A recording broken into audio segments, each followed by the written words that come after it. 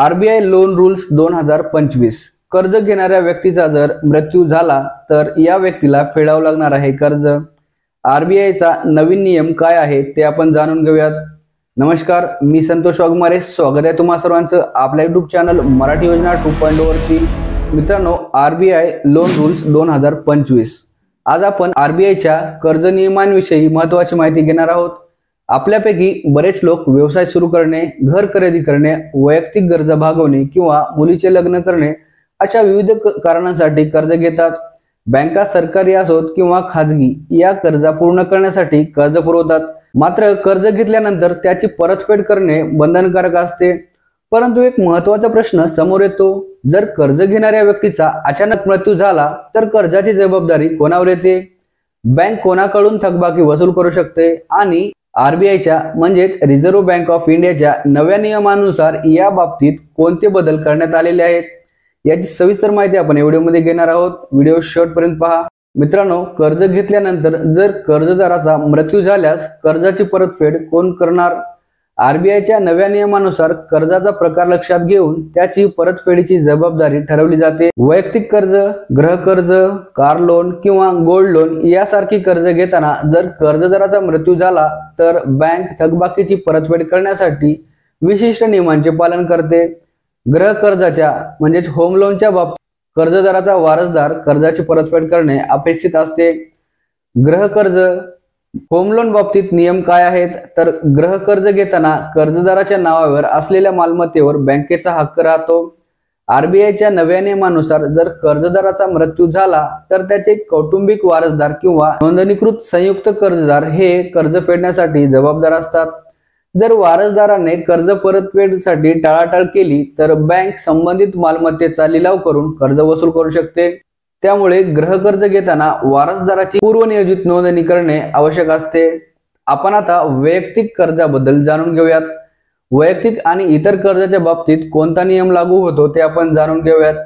वैयक्तिक कर्ज म्हणजेच पर्सनल लोन, वैयक्तिक कर्जाच्या परतफेडीचा कालावधी मोठा नसतो आणि हे कर्ज प्रामुख्याने अर्जदाराच्या उत्पन्नावर अवलंबून असते। जर कर्जदाराचा मृत्यू झाला तर बँक कर्जदाराच्या वारसदाराकडून थकबाकी वसूल करू शकते। परंतु काही प्रकरणांमध्ये कर्जदाराचा विमा पॉलिसी असली तर पॉलिसीतून कर्जदाराची परतफेड केली जाते। आता आपण गोल्ड लोन बद्दल जाणून घेऊयात। तर गोल्ड लोन मध्ये सोने गहाण ठेवले जाते।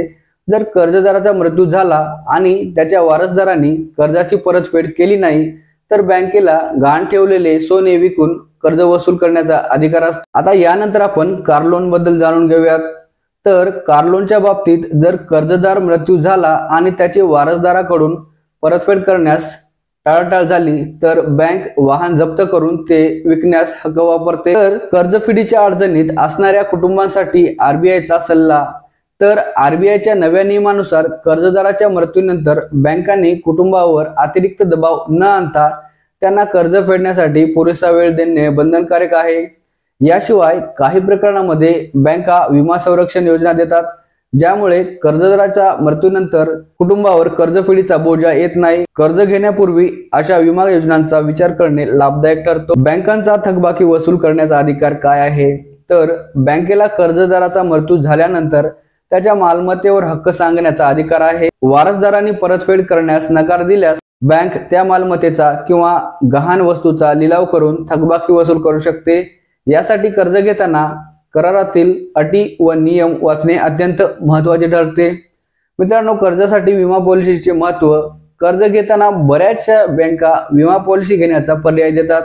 जर कर्जदाराने अशा पॉलिसीचा लाभ घेतला असेल तर कर्जदाराच्या मृत्यूनंतर विम्याच्या माध्यमातून कर्ज फेड होते, ज्यामुळे कुटुंबियावर आर्थिक बोजा येत नाही। मित्रांनो, तुमच्यासाठी महत्त्वाच्या सूचना काय आहेत तर कर्ज घेताना सर्व अटी आणि नियम नीट वाचून घ्यावे। कर्ज घेण्यासाठी विमा संरक्षण घेणे फायदेशीर ठरते। कर्जदाराचा मृत्यू झाल्यास बँकेशी संवाद साधा, अधिकृत प्रक्रिया पूर्ण करा। थकबाकी वसुलीसाठी बँका कोणत्याही गैरकायदेशीर मार्ग अवलंबू शकत नाहीत। तुमच्या हक्काबद्दल जागरूक राहा।